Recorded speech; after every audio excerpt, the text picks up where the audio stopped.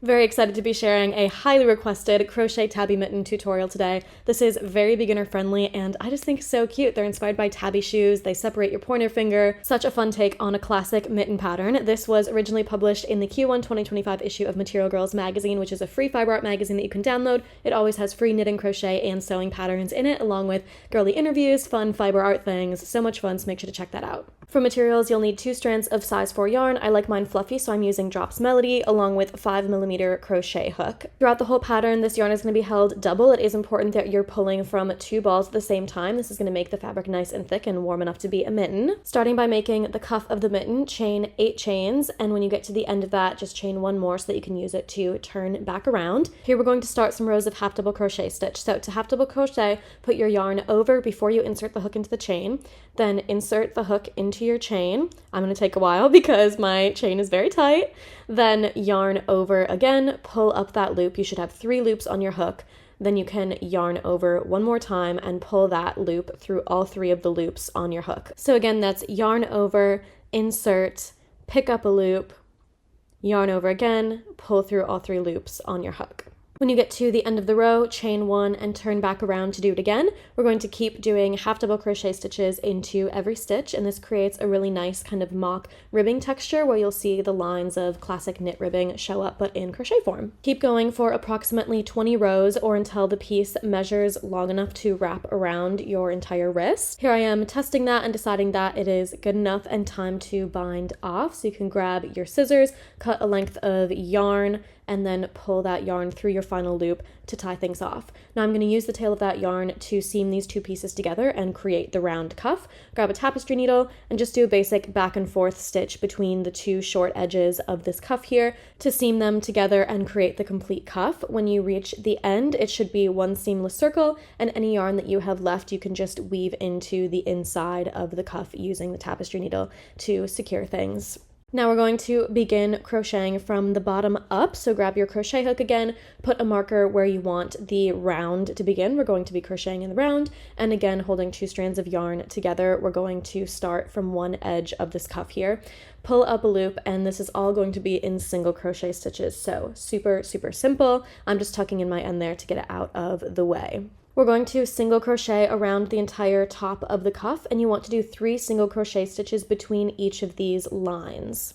Technically what that means is that you are doing 2 single crochets in one row and then 1 single crochet in the next row. So for every 2 rows of half double crochet, you're making 3 stitches, and that should amount to 30 stitches in the entire round. I just find it a bit easier to follow the lines of your half double crochet stitches and do 3 stitches in between each of them. If you're new to single crochet stitch, here is a very quick look at that. You're going to insert your hook, pull up a loop of yarn, and then wrap yarn around your hook and pull it through both loops on the hook. Keep going until you've single crocheted 30 stitches around the entire thing and you've met back up with your marker. Now we're going to single crochet for 6 rows. So that's just a basic single crochet, and every stitch continue passing that marker and keeping track of how many rows you have going, and here is what it should start looking like. Now we're going to section off the thumb. Count with me. This is 1 single crochet, 2 single crochet, 3 single crochet, 4 single crochet, 5 single crochet, 6 single crochet, 7 single crochet, and 8 single crochet. Don't keep going, we're going to stop here. You should have crocheted single crochets into the first 8 stitches of your round.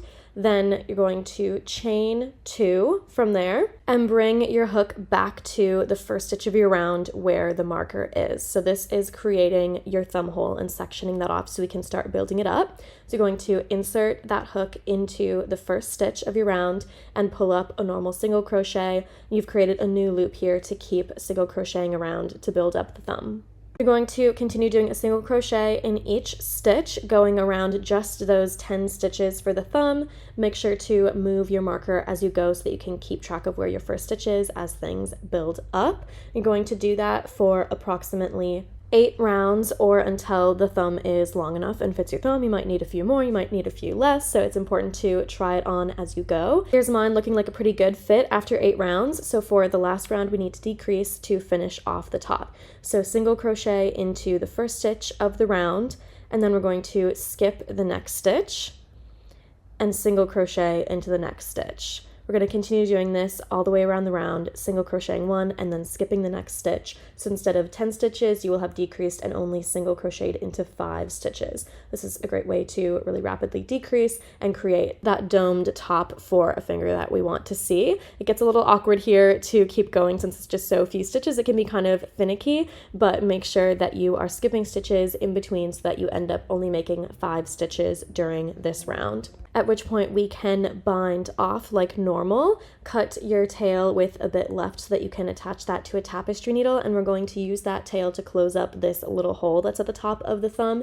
So just weaving the yarn through a few of those stitches and pulling them tight so that there's no hole there anymore and it's all stitched up. When it feels secure, I like to send my tapestry needle down into the thumb to pull that end inside. Then all the ends will stay on the inside and we can deal with weaving those in later, but as we go, they will stay out of the way. So I'm just putting my tapestry needle down through to get that end pulled on the inside of the glove. Now we're going to continue building up the rest of the hand, so you can remove that stitch marker and instead move it to a stitch that is 2 stitches before the thumb chain. So here I'm counting 1, 2, and placing the stitch marker into that stitch. We're going to begin building up the palm of the hand here, so grabbing our crochet hook and again using 2 strands of yarn together, begin pulling up single crochets from these stitches. So we're going to start by single crocheting those first 2 stitches before you hit the thumb. So this is the first single crochet and then the second single crochet. And then single crocheting twice into the base of the thumb where you created chains in the last step when we were doing the thumb. So here's single crochet 1 and then single crochet 2, both into the base of the thumb.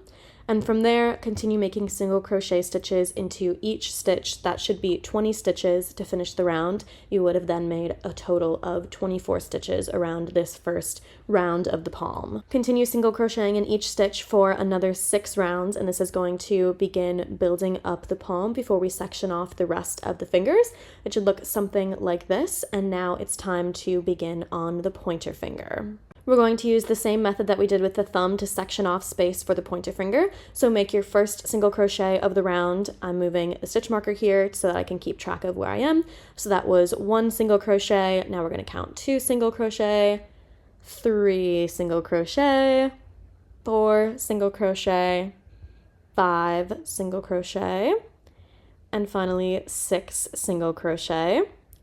Before chaining 2, just normal chains like we did with the thumb, and then pulling those chains back to the stitch that we have our stitch marker in, the first stitch of the round, to close off that circle and begin building up the pointer finger. Continue single crocheting for approximately 10 rounds, or of course until it is the right length for your pointer finger, so you can keep trying it on, and then we will do another decrease row to finish it off. Same as the thumb, we're going to follow the pattern of single crocheting into 1 stitch and then skipping the next stitch. So there's my first single crochet, skipping over the next stitch, and then going in to do a single crochet in the next stitch. We're going to keep going around doing this since there are 8 total stitches. We're going to decrease to 4 when we just single crochet into every other one.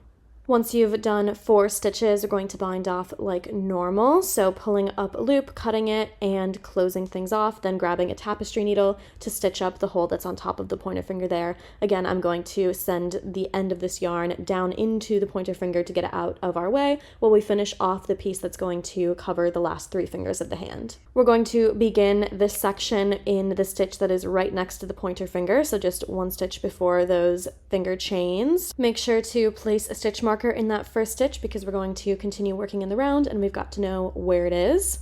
Next up is 2 single crochets in the bottom of that pointer finger, so 1 in each of the chains here. Here's 1 single crochet and then the second single crochet in the bottom of the pointer finger.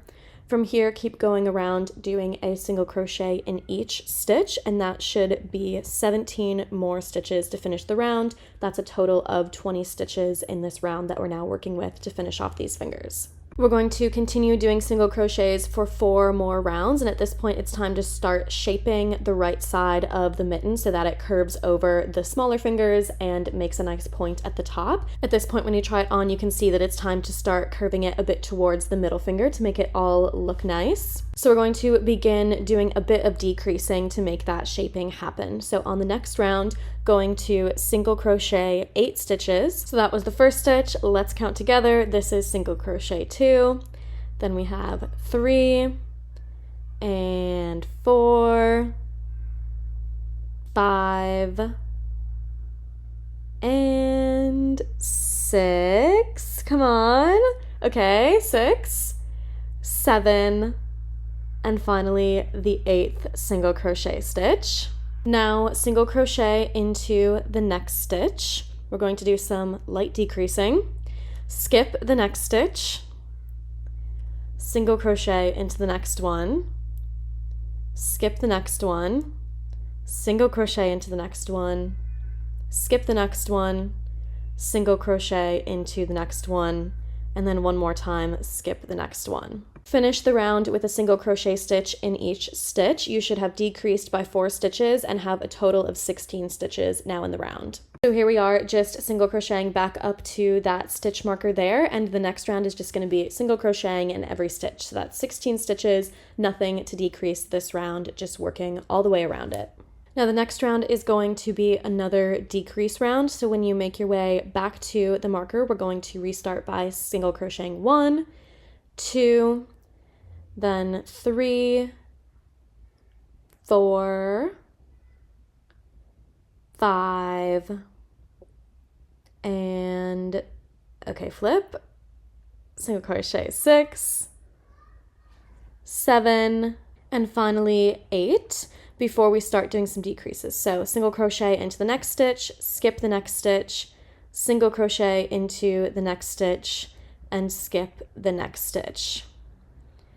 Here, begin doing more single crochets to finish the round. So you've just decreased 2 stitches this time. And to finish off the round, continue doing single crochets in each stitch. This should have ended up being 14 stitches total in that round. We've got another round of just single crochet stitches, no decreasing here, just go all the way around those 14 stitches, doing a single crochet in each one. This time for our next decrease round, we're going to start with single crocheting 7. So you just saw the first 2 stitches there, then single crochet the third, into 4, 5, 6, and finally 7 before we start decreasing. Single crochet into the next stitch, skip the next stitch, single crochet into the next stitch, and then skip the next stitch. So again, this round you have decreased by 2 stitches, and you're going to continue doing single crochets until you get back to the marker. This should have been a total of 12 stitches that round. Here we've got our last round of just single crochet stitches. So you're going to be going around single crocheting in all 12 stitches until you make it back to the marker for our final big decrease. We're going to decrease half the stitches here. So single crochet into this first stitch, then skip a stitch. We're repeating this pattern of single crochet 1 and then skip 1 stitch through the entire round, so you should end up doing 6 stitches and also skipping 6 stitches. So keep making your way around here, and we're going to decrease by half the stitches, leaving again just a hole to seam up at the end. Like we've done with the other parts of the mitten, cut the yarn here and use a tapestry needle to seam up the last hole, just making sure that you pull tightly to get it nice and closed and all of those stitches to pull together. Push the thread down into the mitten, and now it's actually time to weave all of those ends so that you can complete your mitten. And here is what the finished tabby looks like. I think they are just so fun. If you're looking for your next crochet project, make sure to check out materialgrrrlz.com. We have a whole library of patterns there, knitting, crochet, and sewing. You can also read all past issues of Material Girls magazine. There are a bunch of them, and they're all free to download if you want to check that out. Make sure to tag @materialgrrrlz in your finished tabbies. We can't wait to see them. Have a great day.